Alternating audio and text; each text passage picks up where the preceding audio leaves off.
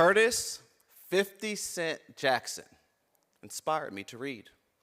For those of you who are unaware of who Curtis 50 Cent Jackson is, 50, as I like to call him, is an award-winning musician, actor, and executive producer. But that's not where his story began. 50 is from the south side of Jamaica, Queens, New York. At the age of 15, his mother birthed him into this world, and like me, and many other black boys growing up in under-resourced communities, he had little to no relationship with his biological father. 50's mother was a drug dealer, a street profession that would eventually cost her her life. He was 8 years old when he attended her funeral. He lived with his grandparents, but like many kids, he still desired to follow in the footsteps of his parent, and he did so very successfully. By the time he was 17 years old, 50 was one of the most feared gangsters in one of the toughest communities in one of the roughest cities in America. He sold crack cocaine. He sold heroin. Reports say he sold any illegal substance he can get his hands on. He carried guns recreationally, and he penned it all in his music. They called it gangster rap. In fact, in preparation for this talk, for inspiration, I listened to his most successful album titled Get Rich or Die Trying. Now, I shall recite lyrics from his popular song, Many Men. But bear with me, as some words need to be censored. I put a hole in an N-word for F-wording with me. My back on the wall. Now you gonna see. Better watch how you talk when you talk about me, because I'll come and take your life away. Now, I think it's safe to assume in 50's environment, there weren't many references to Professor McGonagall or Albus Dumbledore. Books were of little influence and libraries of little reference. So with that in mind, how in the world did this man inspire me to read? I was born and raised in Valdosta, Georgia. Valdosta, Georgia is home to the winningest high school football program in the country. The Valdosta Wildcats football team has won more high school football games than any other high school that exists. In 2008, ESPN hosted a competition called Titletown USA, a national contest to find the community with the richest sport culture. This was not restricted to high schools, but included collegiate institutions and professional organizations. Valdosta, Georgia won. With that in mind, it should come as no surprise how a kid like me in that environment desired to play football. So that's what I did. I played football. In education, well, there was no clear value in that. There was no one in my community using education to take them anywhere that was culturally desirable. No one walked up and down the street touting their educational prowess. No one held a book in the air and said, if you read, your family won't be hungry, poor, or incarcerated. Football was the most important thing in the world. So I thought. I played well enough on the football field to receive athletic scholarships from many universities. I decided to attend the University of Georgia. And when I got there, things were, well, pretty much the same. But then one day, something happened. During the second semester of my freshman year, I was in a class called English 1102. The professor was handing back graded assignments, a critical analysis of Edgar Allan Poe's famous short story, The Telltale Heart. Now, when I received my grade, I did the same thing as many other students. I just viewed it quietly and moved on. But there's one student that decided to take a different course of action. She openly challenged the professor about the grade she received. Now, I need you to understand where I'm from. I've seen many students get into verbal altercations with educators. I've seen many students get into physical altercations with educators. But I had never seen a student stand toe-to-toe with the professor because she was dissatisfied with the grade she received. I was so flabbergasted by this exchange, I needed to ask the obvious question that needed to be asked. Well, what grade did she receive? A student leaned back, looked at me and said, she got an 89. I said, an 89? I got a 73. And I thought about hanging mine up on the refrigerator. An 89, a 73, sounds like we're headed in the same direction. What's the big deal? I did not understand. I was so taken aback by this moment that it followed me throughout the day.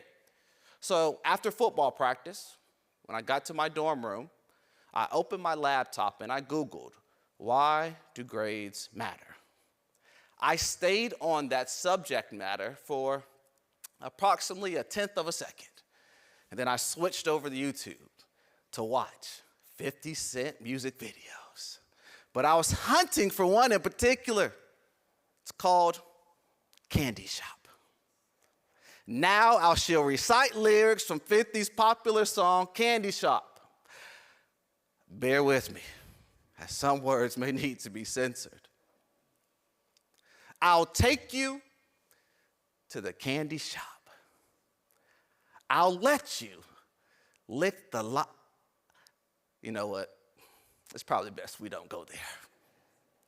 Now, I watched those videos for maybe 10 minutes, and then eventually I fell asleep. But the way YouTube works is once one video ends, the next video in the queue automatically plays. So when I woke up, 50 was still on the screen, but he wasn't rapping. He was conducting an interview, talking about a book he was collaborating on with an author named Robert Greene. The book is titled The 50th Law. When I witnessed this, I thought I was getting punked because I had never seen someone who looked like 50 with a cultural background like his associated with higher education. I have never seen a plethora of black people congregate in a bookstore.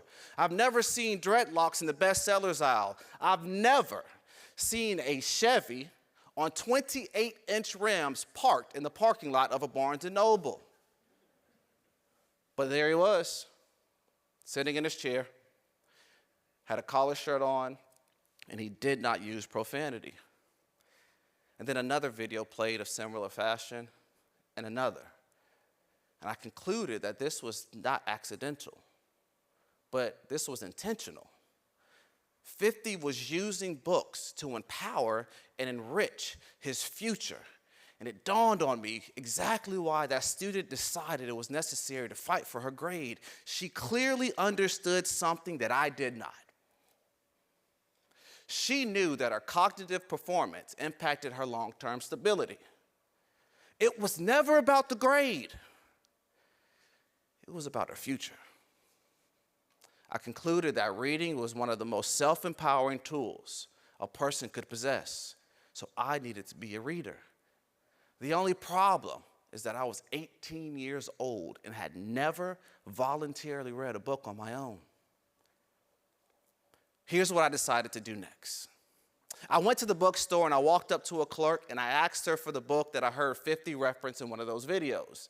The book is called The 48 Laws of Power, written by Robert Greene. Now, if you've interacted with this book in any capacity, you understand that it's not for beginners. It's the equivalent of a 5-year-old trying to read the Old Testament. I struggled. I quit because I still had enough evidence to prove that football was more valuable than an education. The student in my class with the highest GPA was not featured on the front page of the newspaper.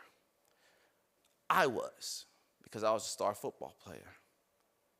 There would be courses that I would be failing, and the educator would still ask for an autograph and a picture. When I got pulled over for speeding, they did not ask me for my ACT or SAT score. They recognized my name from my performance on the football field, and they let me go. But my mother said something to me that continued to grow louder and louder in my head. She said, you can be the best person you can be the best football player you can be. Being the best person you could be, that will last a lot longer. So I went back to the bookstore with a different mindset. I decided to take the same approach to becoming a better reader as I did to become a better football player. Every extraordinary coach that I had ever played for said the same things. Start with the fundamentals. So instead of walking into the bookstore looking for the most complex book, I went over to the picture book section, and I grabbed A Very Hungry Caterpillar. And I used those books to build my vocabulary, to learn sentence structure, to gain confidence. I joined a book club because proximity matters. You are exactly who you hang around. And after a while, I decided to start writing picture books to inspire kids to read. Some of the titles that I have authored are The Magician's Hat, my very favorite book in the whole wide world, and My Super Duper Me. But it was not until I learned the statistics that I decided to commit my life to literacy and start Share the Magic Foundation. According to the National Assessment of Educational Progress, only 18% of black fourth graders are reading at or above proficiency levels. By 8th grade, that number drops to 14%. Struggling readers are more likely to drop out of high school, face food insecurity, have a decrease in life expectancy, interact with the criminal justice system, and be trapped in a cycle of poverty. I learned a very important lesson. I learned that being poor was not the thing that plagued my community. I learned that illiteracy was and still is. So in 2016, I created Share the Magic Foundation, the mission to inspire kids to read. Since inception, we've served all 50 states, 19 other countries. We've distributed more than 250,000 books, and we've served more than 3 million students. How do we do that? We have in-school programs where I visit the schools, and we created a digital platform for educators to engage students in literacy-based activities. To all the black boys and to all the black men who read, be visible. Because when a child sees themselves reflected in literacy, not just in text, but in reality, their future expands. They have the permission, the privilege to dream bigger dreams, to hope for more, to strive for more, not to settle for the things that they see in their day-to-day life. So, to Curtis 50 Cent Jackson, thank you. Thank you for helping me understand that black boys do read. Now, I shall recite lyrics from his popular song, Many Men. Bear with me, as some words may need to be censored. I'm a diamond in the dirt that ain't been found. I'm the underground king that ain't been crowned. When I rhyme, something special happens every time. I'm the greatest. Something like Ali in his prime. Everyone, I beg you, please keep reading. Thank you.